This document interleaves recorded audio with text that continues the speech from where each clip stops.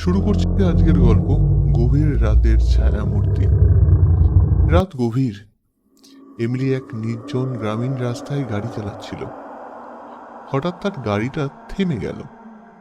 Engine পরীক্ষা করার জন্য সে গাড়ি থেকে নামলো, কিন্তু চারপাশটা ছিল অস্বাভাবিক রকমের নিস্তব্ধ।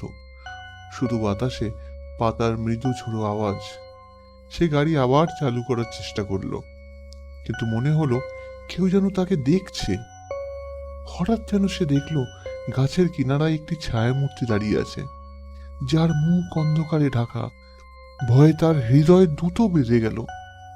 সে ফোনটা বার করার চেষ্টা করলো, কিন্তু তার কাঁপতে থাকা হাত থেকে ফোনটি পড়ে গেল।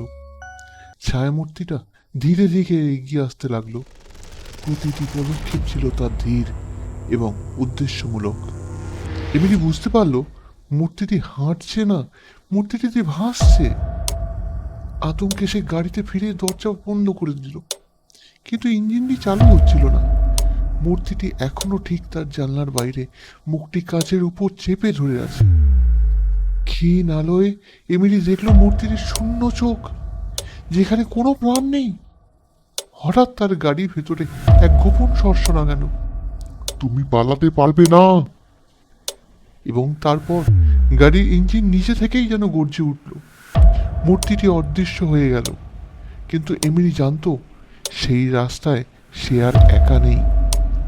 দ্রুত গাড়িটি অন্ধকার রাতের ছুটে গেল, কিন্তু সে যতই দূরে চলে যাক, এখনো সে অনুভব করছিল সে শূন্য চোখগুলো অন্ধকারের মধ্যে যেন তাকেই দেখছে। শুনছিলেন আজকের গল্প গভীর রাতের ছায়ামূর্তি। কেমন লাগলো আজকের গল্পটি দয়া করে কমেন্টে জানাবেন। আর যদি উচ্চারণে কিছু ভুল ত্রুটি হয়ে থাকে দয়া করে ক্ষমা করবেন। এবং আমরা আশা করব পরবর্তী আরও এই ধরনের গল্প, ছোট গল্প, ভয়ের, রোম্যান্সের নানা রকমের গল্প আমরা বলতে পারবো। সঙ্গে থাকবেন, সুস্থ থাকবেন এবং সব সময় আমার পাশে থাকার অনুরোধ জানাবো সবাইকে। নমস্কার।